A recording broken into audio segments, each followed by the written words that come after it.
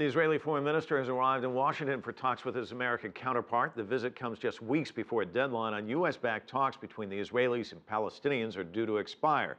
Talks which this week were on the brink of faltering. CCTV's Roee Ruttenberg has more now from Jerusalem. The Israeli foreign minister's visit to the U.S. Capitol comes at a diplomatically awkward time.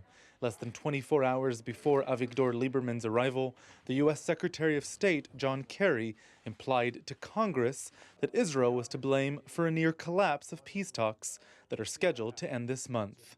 Any forward momentum left in the talks evaporated, Kerry said, when Israel announced it would build new housing units in a disputed part of Jerusalem. Poof, that was sort of the moment, he said. Kerry aides later qualified the comments, saying Palestinians also shared in the responsibility. Meanwhile, in Cairo, foreign ministers from the Arab League gathered for an emergency session on Wednesday, this at the request of Palestinian President Mahmoud Abbas, who attended the meeting. Last week, Israel failed to honor one of the terms of the current talks, the release of a fourth group of Palestinian prisoners. The Palestinians had agreed to suspend applications to join dozens of UN agencies, treaties, and conventions in their bid for statehood. But after last week, they applied for 15 of them. The other part, which many say didn't help, was Israel's announcement that it would build 700 new homes right here in Gilo.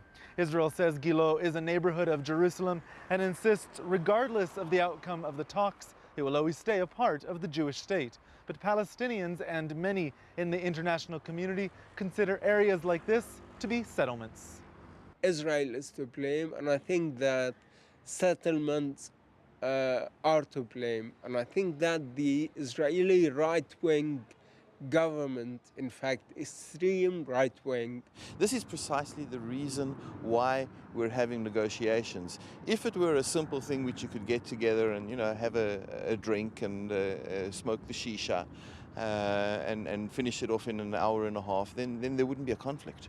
So it's not that something went wrong. It's that we're not finding it easy to resolve a conflict which has been going on for 100 years. A flurry of diplomacy might keep the talks in play and possibly extend them beyond the April 29th deadline. But at this stage, it's unclear if any amount of diplomacy will be enough. Roee Ruttenberg, CCTV, Jerusalem.